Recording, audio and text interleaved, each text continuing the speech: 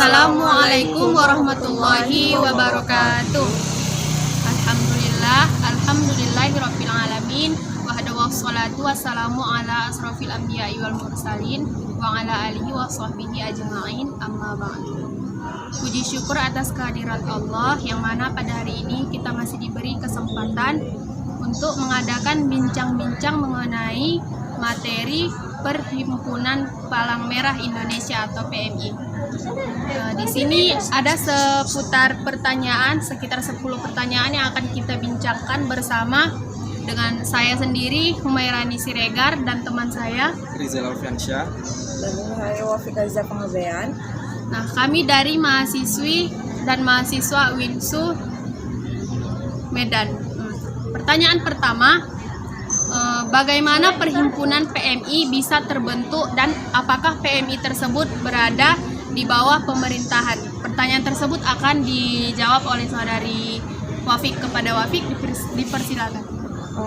PMI dibentuk pada tanggal 17 September 1945 dan itu dirintis kegiatannya pada saat korban perang dan revolusi kemerdekaan Republik Indonesia dan pengembalian tawanan Jepang dan sekutu. PMI itu merupakan suatu perhimpunan Palang Merah Indonesia dengan prinsip dasar gerakan Palang Merah Indonesia dan bulan sabit merah nasional. Sudah? Oke, lanjut ke pertanyaan kedua, yaitu mengapa PMI menjadi untuk pertanyaan kedua, mengapa PMI menjadi landasan yang kuat sehingga PMI tersebut bisa terbentuk di Indonesia? Dan siapakah yang mempelopori terbentuknya PMI? PMI itu terbentuk atas keputusan Presiden RIS pada tanggal 16 Januari 1950. Adapun organisasinya untuk menjalankan pekerjaan Palang Merah di Indonesia itu pada tanggal 29 November 1963 dan tentang pengesahan pemerintah Republik Indonesia mengenai kegiatan-kegiatan yang ada di Palang Merah. Itu pelopor pertama oleh Dr. Haris, Dr. RCL, Dr. SCL Sedu, dan Dr. Bahdar Johan. Dan yang menjadi ketua PMI pertama di Indonesia itu Dr. Anbus Muhammad Hatta. Oke, pertanyaan selanjutnya, mengapa PMI itu termasuk ke dalam organisasi dan PMI dan apakah tujuan PMI tersebut dibentuk? PMI merupakan organisasi kemanusiaan pertama dan terbesar di Indonesia. PMI ini mempunyai tujuan untuk meningkatkan sesama bangsa yang tidak membedakan agama, ras, bangsa, politik.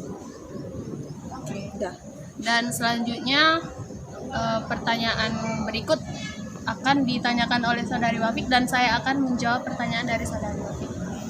Pertanyaannya itu bagaimana cara memperkenalkan PMI agar bisa dikenal oleh masyarakat?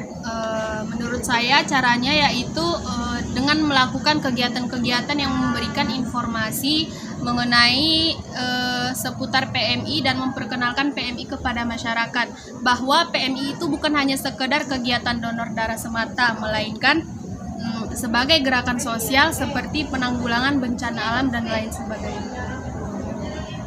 Bagaimana PMI ini bisa berkembang? Terus apa pengakuan dasar hukum untuk PMI? Oke. Keberadaan perhimpunan PMI dengan segala aktivitas yang di Indonesia mendapat pengakuan melalui 5 landasan hukum. Yang pertama, keputusan presiden atau Kepres RIS tahun nomor 25 pada tanggal 16 Januari 1950. Dan yang kedua, keputusan Presiden atau Kepres nomor 246 pada tanggal 29 November 1963. Dan Peraturan Menteri Kesehatan Republik Indonesia nomor 23 pada tahun 1972, dan Peraturan Pemerintah nomor 18 tahun 1980, dan yang terakhir anggaran dasar dan anggaran rumah tangga atau sering disingkat sebagai AD atau ART. Oh. Bagaimana bentuk keanggotaan untuk PMI ini? Nah, untuk keanggotaan PMI tersebut di dalam anggaran dasar PMI pada bab 7 pasal 11 disebutkan bahwa organisasi PMI mempunyai anggota, yang pertama anggota remaja, yang kedua anggota biasa, yang ketiga anggota luar biasa, dan yang keempat anggota kehormatan. Bagaimana PMI ini apakah perlu dijalankan di Indonesia? Untuk PMI ini, karena PMI adalah lembaga sosial, maka PMI perlu dijalankan karena lembaga sosial PMI ini merupakan lembaga kemanusiaan yang netral dan mandiri yang didirikan dengan tujuan untuk membantu meringankan penderitaan sesama manusia akibat bencana, baik bencana alam maupun bencana ulah manusia, tanpa membedakan latar belakang kelompok dan orang. Untuk pertanyaan selanjutnya akan saya tanyakan dan saudara Rizal akan menjawab pertanyaan saya. Untuk pertanyaan pertama, bagaimana penerapan PMI di Indonesia? Baiklah, di sini saya akan menjawab pertanyaan dari saudari Humairani.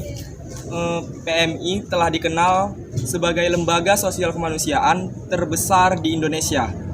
Kiprahnya dalam membantu pemerintah dalam penanggulangan bencana, donor darah, serta bidang kesehatan lainnya telah diakui. Oke, yang kedua, pertanyaan kedua yaitu bagaimana langkah kegiatan yang seharusnya dilakukan selama menjadi anggota PMI?